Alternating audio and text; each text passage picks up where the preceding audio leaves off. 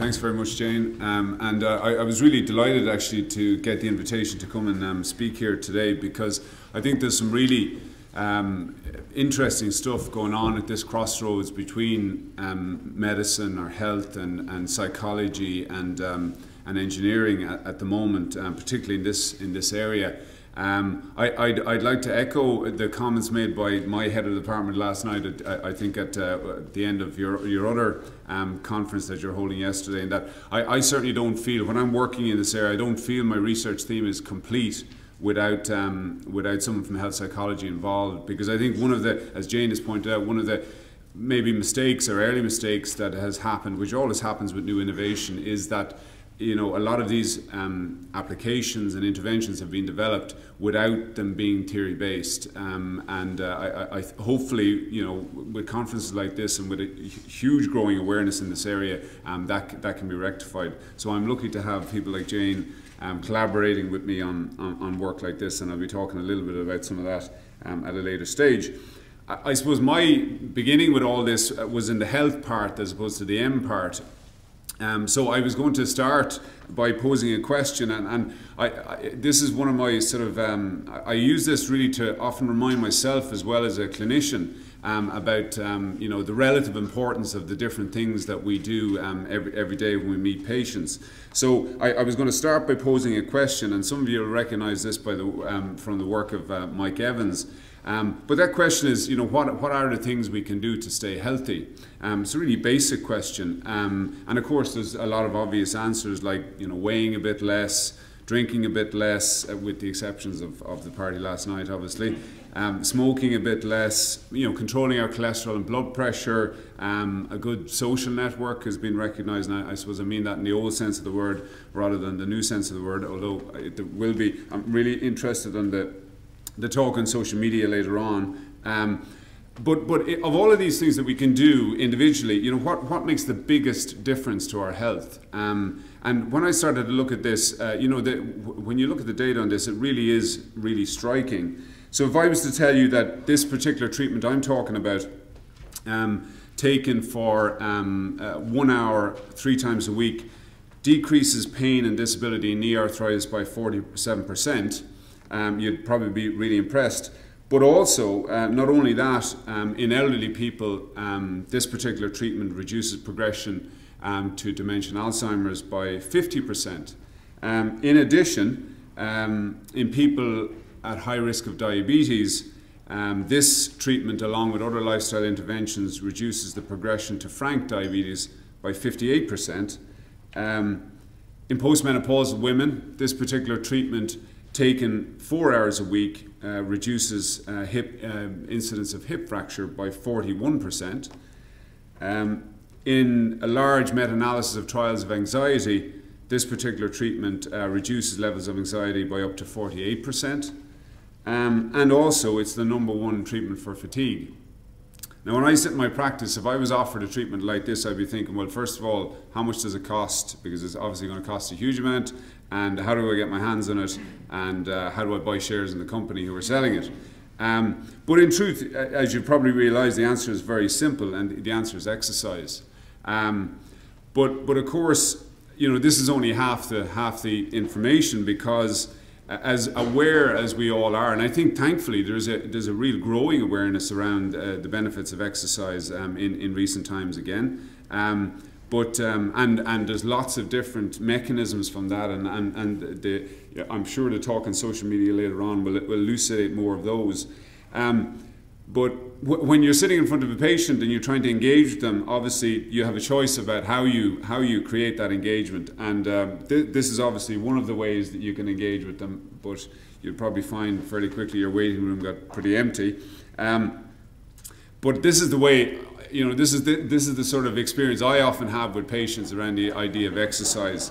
It's a little bit like this dinner date, everybody's having a great conversation, everybody's on the same page, but in fact, really nothing ends up happening in terms of significant behaviour change. So I suppose in the area of exercise, as a sort of an aside, I mean, there's a few ways to skin the cat, and one of them is access. There's no doubt about it. I was really struck. I was on sabbatical in Spain last year with my family, and just right outside where we lived there was this lovely playground, and they were dotted everywhere around the locality, you know. Now I suppose guaranteed sunshine also helps in terms of the Spanish weather, but not only was there children's playgrounds dotted around a place, but in every case beside the children's playgrounds there was also an adult's playground as well. So there's no doubt in terms of exercise, access is a huge issue, and we all can, you know, create renewed access around exercise in our own communities. We all can have a role to play in that. Unfortunately, in this particular case, the reason my wife is as white as the bandage on my youngest son's head is because he decided that he was going to try out the adult exercises, and obviously it didn't quite fit him, so we ended up with that sort of injury. So there are some dangers at having those adult machines so close to the childhood machines, but nonetheless he survived, thank God. But around the issue of behaviour, I really became intrigued around the potential around technology, because there's no doubt there's so many you know, examples in our society over the last number of years of dramatic shifts in behaviour change initiated by technology. So surely if, you know, our shopping and our airline booking and our banking, you know, if there's, you know, all these massive shifts have occurred there, then surely there's potential in healthcare in trying to skin this cat of, you know, exercise, lifestyle change, etc. So this got me really interested. There's a guy called BJ Fogg in Stanford who's done loads of work around, you know, the potential persuasive effect of technology. And I suppose we really started to focus in particular around mobile devices. And there was a number of reasons for that, and they're pretty obvious. First of all, mobile devices, they're ubiquitous. They're absolutely everywhere. I'm sure everybody sitting in this conference has one in their pocket as we speak. I think this data is probably old now. It's probably even increased. But of the 7 billion people on the planet, there's 5 billion of them with mobile devices. There's only 4 billion with toothbrushes for some reason. It probably says something. You know, the relative importance of communication and our teeth, but nonetheless, I mean, the ubiquitous nature of them is really striking. In some countries there are more mobile subscriptions than there are people, and I'd say Ireland is probably a case in point there. But it's not just the ubiquitous nature of them, it's the responsiveness that they generate in us.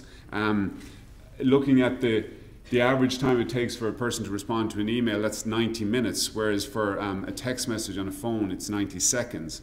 And even though this is US data, it shows that 91% of folks have their mobile device within reach 24 hours a day. I'm sure it's no different in this country. So this really, you know, almost intense relationship we have with our mobile devices and the ubiquitous nature of them, surely this can be harnessed for the benefit of health. And I suppose one of the areas I was interested in and continue to be interested in is around the area of exercise. So when we started looking at this area a couple of years ago, we said, well, you know, there's loads of apps out there, surely there's got to be some evidence. But as Jane rightly pointed out, there really is you know, there's a real absence of evidence. Now it's obviously changing quite rapidly, but one of the great challenges here, and I'd love to hear people's thoughts on it as the day goes by, is around, you know, how do we try and, you know, the generation of evidence moves at such a slower pace than the generation of new technology, and I don't know how we're going to try to close that gap, but you know, there are ways, I'm absolutely sure. So when we did a systematic review in this, we couldn't find a single RCT which showed a smartphone application causing any positive effect around exercise. So what we did was we took all the exercise apps in the App Store with a 5-star rating, and we looked at them and we piloted them, and we ran them through a set of criteria which we had got from an American scientist who had done a lot of work in this area, and eventually we chose one to trial. And this is it. But to be honest with you, it's called Acupedo. It was available on Android at the time. It's now available on an iPhone. And it's essentially based around the idea of a pedometer, because we knew there was good research evidence around pedometers in terms of promotion of physical activity. So we felt that was at least some basis to try and to go and do this. But really, it could have been a whole series of different apps, because many, you know, the functionality of these is very similar across a whole series of apps. So So I'm not saying that this is the be-all and the end-all, but this is the one we ended up trialling. And you know, it's really nice. The reason we chose it because it had really nice functionality. You had a choice of different widgets you could put on your home screen. You had not only your active steps, which I'm glad to see Chris was alluding to as a motivating factor in his own exercise regime, but not just steps, but also distance, calories, hours spent exercising. And then as you went into the app a little bit further, you got a nice sort of graphic display. And I suppose these pages are really about the whole idea of goal setting. You know, you can see this person has set a goal of 10,000 steps a day, and they know at X time in the day they've hit their goal and they go beyond it. And then this is a daily log of their walking, and every time they hit their goal of 10,000 steps, now they haven't done it on any of these days, but every time they do, they get a nice gold star. You know, so this idea of intrinsic and extrinsic reward starts to come into the whole equation. So what we did was we set out to evaluate the effectiveness of this application as an intervention to promote physical activity in primary care. Our trial design was a 2-group parallel randomized controlled trial, and our primary outcome measure was mean difference in daily step count between baseline and follow-up over a period of 8 weeks. We also looked at secondary outcomes in terms of other health issues which we thought might be relevant, such as blood pressure, BMI, mental health, etc. And this is our randomization process.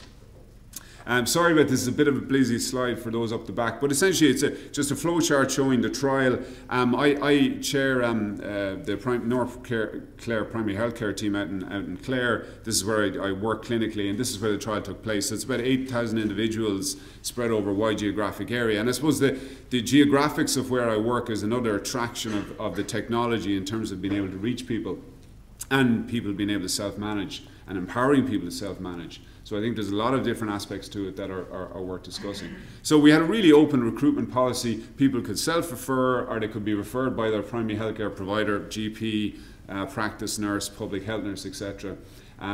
Those that were ineligible were ruled out. Most of these were actually technology issues around the wrong phone, basically. Very few were actually unavailable. And we consented and randomized 90, 45 went into each group. Some then we had some loss of the follow-up in the first week, which was the baseline week to measure baseline activity. But after that, we had really very little losses to follow-up. And this is our analysis process, essentially chi-squares and t-tests for the baselines, and then we did linear mixed modelling because this was a new area we're working in, so we wanted to do a lot of adjusting to see if there was other factors that were driving the change as well. So as Jane mentioned, we published the quantitative effects recently, and this chart really just shows the two groups at baseline, and there's really very little differences between them at baseline in terms of age. There was a slight preponderance of females, all right, in the intervention group, but in terms of their clinical characteristics around blood pressure, BMI, quality of life, etc., there's a small change in one of the quality of life variables, but phone literacy, baseline step count, all of those were pretty similar. And these are our outcomes. So what was striking actually, typical Hawthorne effect with these things, both groups obviously increased initially, but your control group, the group who weren't using the app, gradually fell off and actually ended up with a lower step count, so minus 386 steps compared to baseline activity, whereas the intervention group were 1,600 over. So that's a difference of 2,000 steps unadjusted.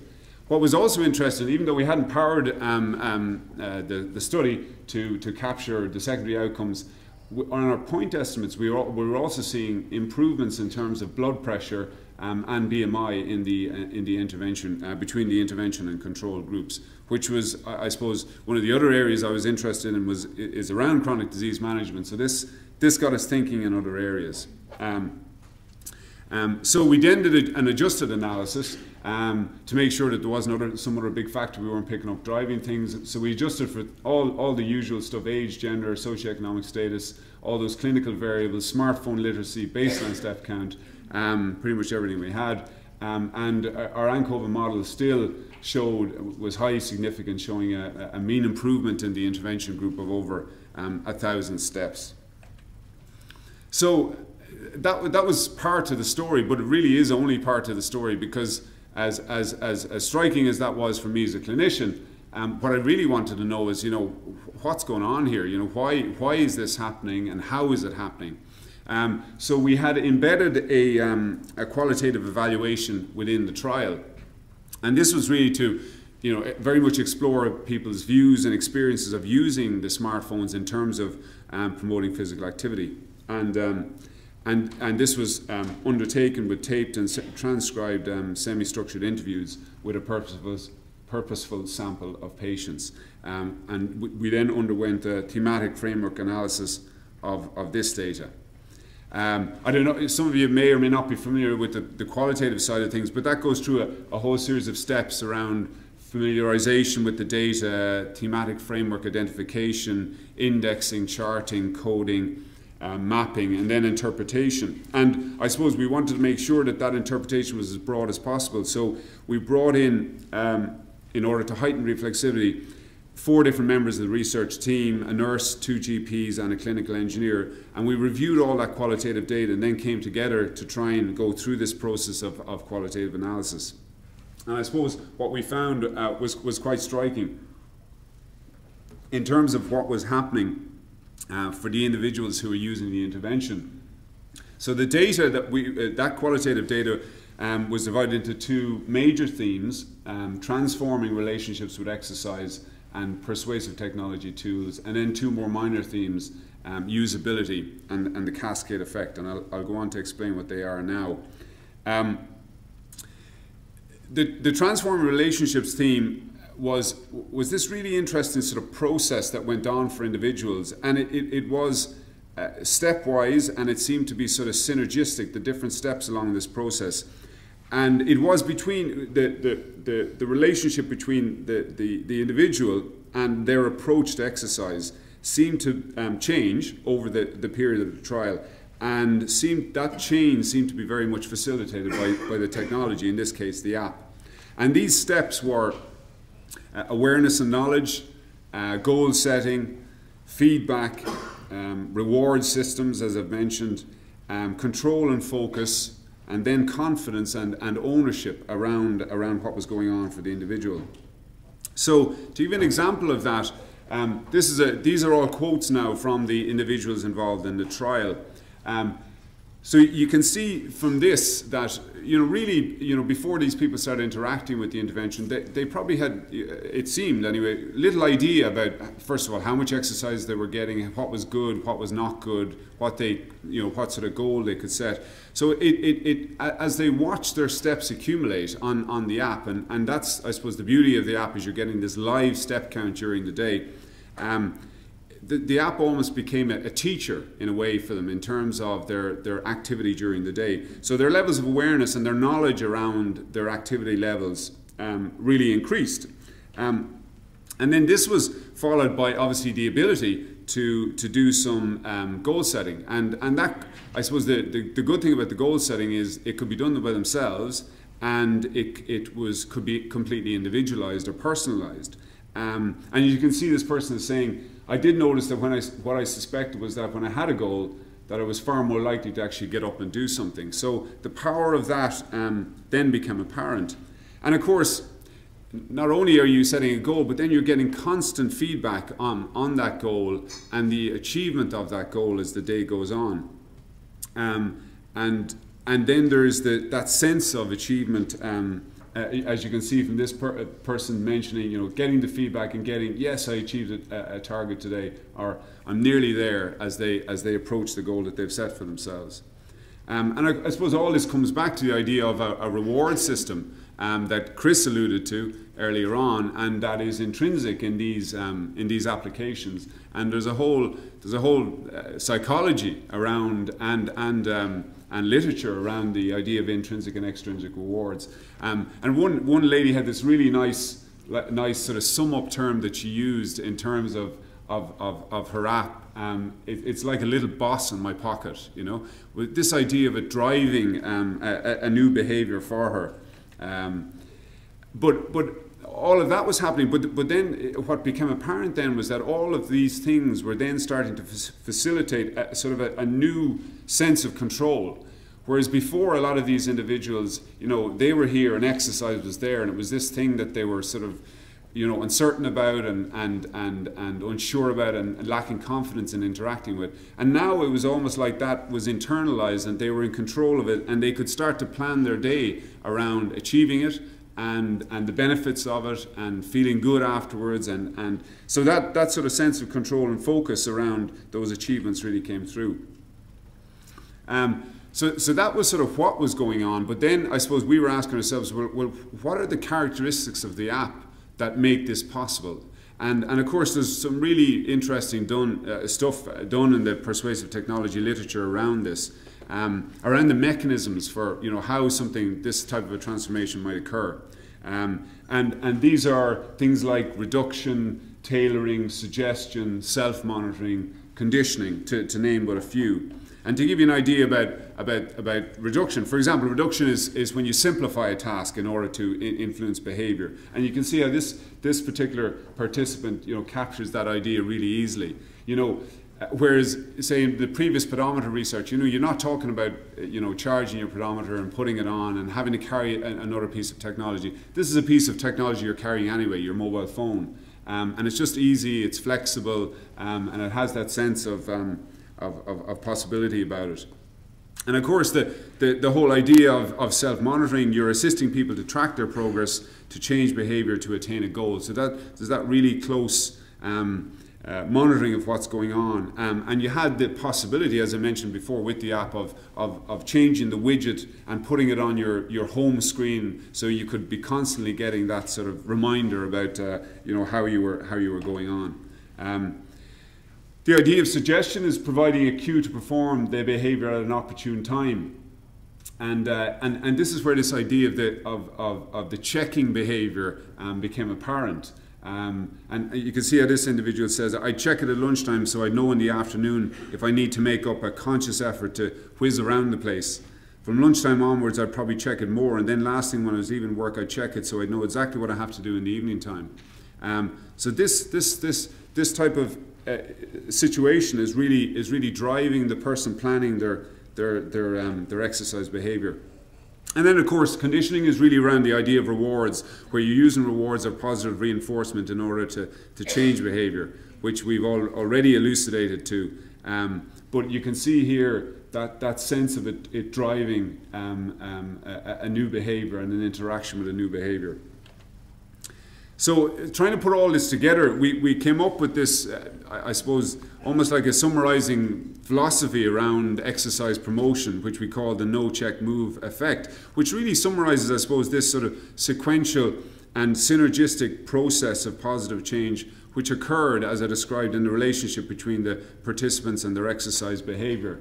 And it really was an interaction between the participant themselves, the technology, and the behavior, which was born from an idea of increased awareness and knowledge, embedded through constant feedback and personalized goal setting, which then led to this idea of increased confidence and control around what they were doing. And this new emerging sense of ownership over this particular behavior. And I suppose this is what was really striking to me as a clinician, to see that confidence building in someone around it. And I said, if they can develop this type of confidence around an exercise behavior, then surely we can help them develop this type of confidence in terms of managing their own chronic diseases, which now are so prevalent in the community.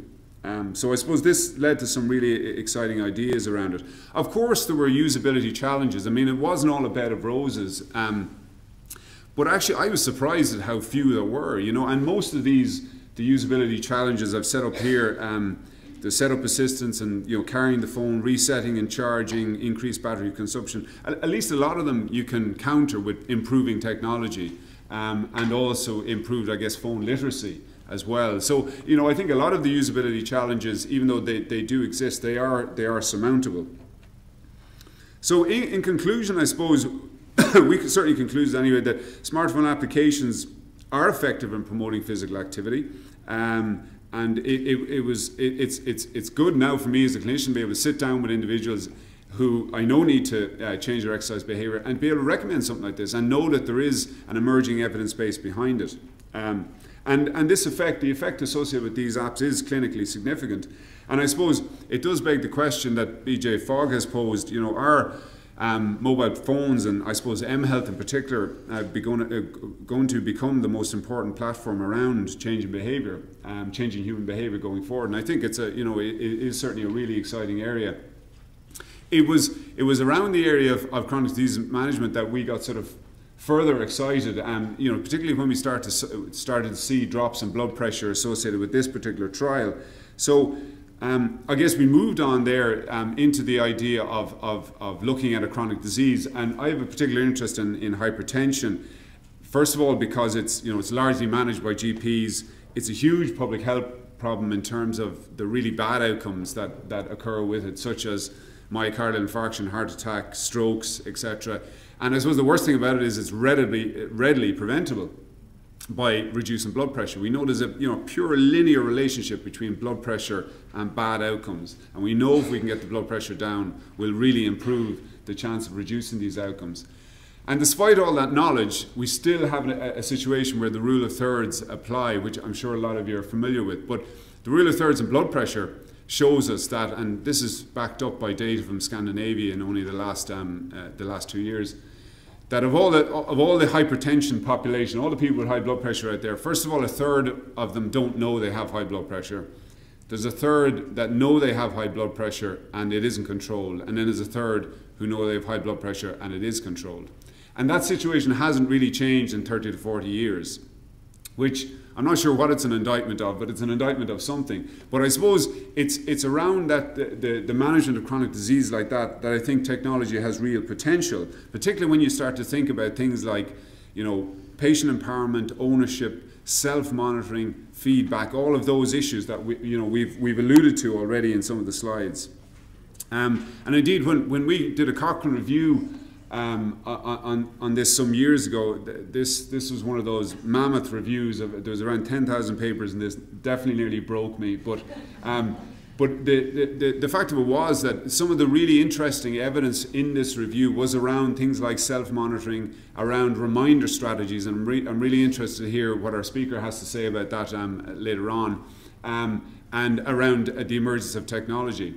So I think there is scope to improve that rule of thirds, and I was delighted when Jane got involved and collaborated with us on this project, because I suppose what we really wanted to do was any intervention we might develop in this area, we definitely want it to be theory-based and theory-driven, but also importantly, we wanted to go back to the user, because I think Jane is absolutely right. So much of what's going on in this space at the moment is consumer-driven. And that's a good thing, but it also potentially could potentially be a bad thing as well. It needs to be balanced. But I suppose there's no doubt that the users are going to be using it. So trying to get their views on what they feel would be beneficial in terms of the management of their chronic disease, I think is an absolutely crucial first step. And this is where this study came from. So this is a focus group study in hypertensive patients over the age of 45. We had 50 participants in 6 different focus groups. And again, it was a qualitative study taped and transcribed. And I suppose I'm really just putting this up there maybe to stimulate some discussion later on, because there was a number of themes, really striking things that came through.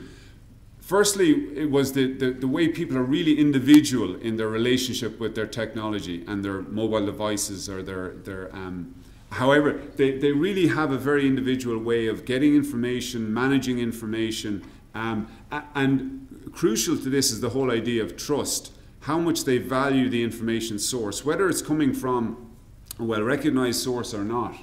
But I suppose what was also striking was the potential ability of technology to influence motivation through carefully selected and tailored messaging, and to facilitate a new and personalized flow of communication between patient and healthcare provider. So there's some really interesting stuff. We're still working on this, but it hasn't been published yet. But it has thrown up some really interesting ideas in this particular area.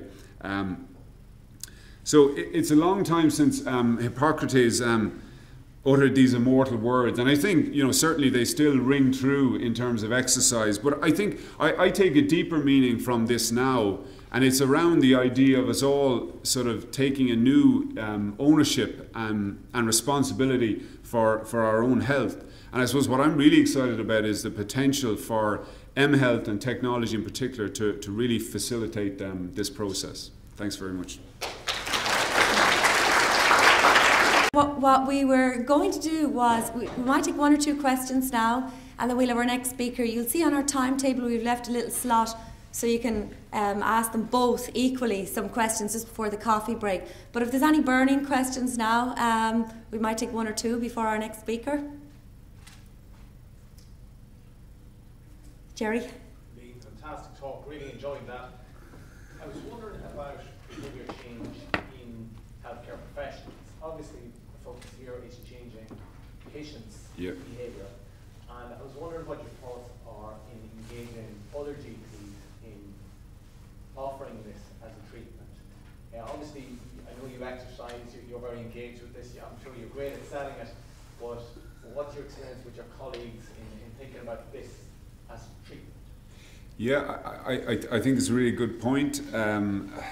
I suppose it is context dependent a little bit. Unfortunately, in our own context, with the way I suppose I speak about primary care in particular, where health prevention is not really valued in terms of the relationship that GPs have with the HSE. I mean, the service really is a sickness service as opposed to a health service in particular. Now, hopefully that's changing. There's talk of a new contract, etc. But until that's valued, it actually is hard. It's very difficult, and I say that as someone who has tried to engage colleagues in this particular area. But I suppose I don't despair with that necessarily, because, as I said, so much of this is actually going to be consumer driven. I suppose, and we all know it. I mean, if you get a new iPhone now, it's there for you already. So I think. Whether people engage with that, like in some ways sometimes I almost see the GP or the clinician or the healthcare provider as almost a barrier in a way, or can be a barrier in terms of engagement with this. Now, I'm hopeful that's going to change, and I think unfortunately there's a sort of a bit of suspicion about innovation invariably, and there's the quick adopters and the slow adopters in terms of innovation. But I think as the evidence base grows and the people become more comfortable with the idea, I think I think that will change. But it's a difficult conversation to have with people, to be completely honest with you. This is not because automatically you're talking about you're starting to talk about people being overweight or the concept of being lazy. So it's not an easy conversation to have. Now, that's why I think the technology is really good, because you almost have this neutral thing that you're talking about with the individual, rather than directing the conversation with them. You actually have this neutral space, which is their great gadget that they love talking about anyway. As we all do about our fancy phones. So I think there is an advantage in it. Now, until that's recognised, and it'll take time for that to be recognised, then we're probably not, getting the full benefit of that. So I hope that answers. Sorry, I was sort of rambling there. Yeah. There's a conference on in Scotland at the moment called Engaging Without Enraging. And again, trying to address that point of how you talk about some of these issues. I think the emphasis there is on obesity, how you talk about obesity. But that's certainly a very interesting idea that maybe the technology might enable that conversation to be less threatening. Yeah, and less direct. It's almost more indirect, and I think it has the ability to do that, and certainly with the whole idea of the gaming environment, we haven't really taken advantage of that at all. Like there's a couple of there's a H2020 application I'm involved in now. It's been developed by a group in Spain, and it's based around the idea of an avatar and a gaming environment to try and generate that sort of again, the neutral space. It's almost like you're taking your problems and putting them into this sort of neutral space where you can work in them without it being pejorative, or at least it's less direct anyway. So we'll see how that. I just wonder, is there any work being done on socialising these kind of apps? Like we know, like in Back I Run and all that kind of idea, where you post or you discuss what your runs. Yeah. In this kind of grouping that you're interested in, are they being offered the idea that they could see what Mrs. Smith can see, what Mrs. Jones can do, and what per day and all that?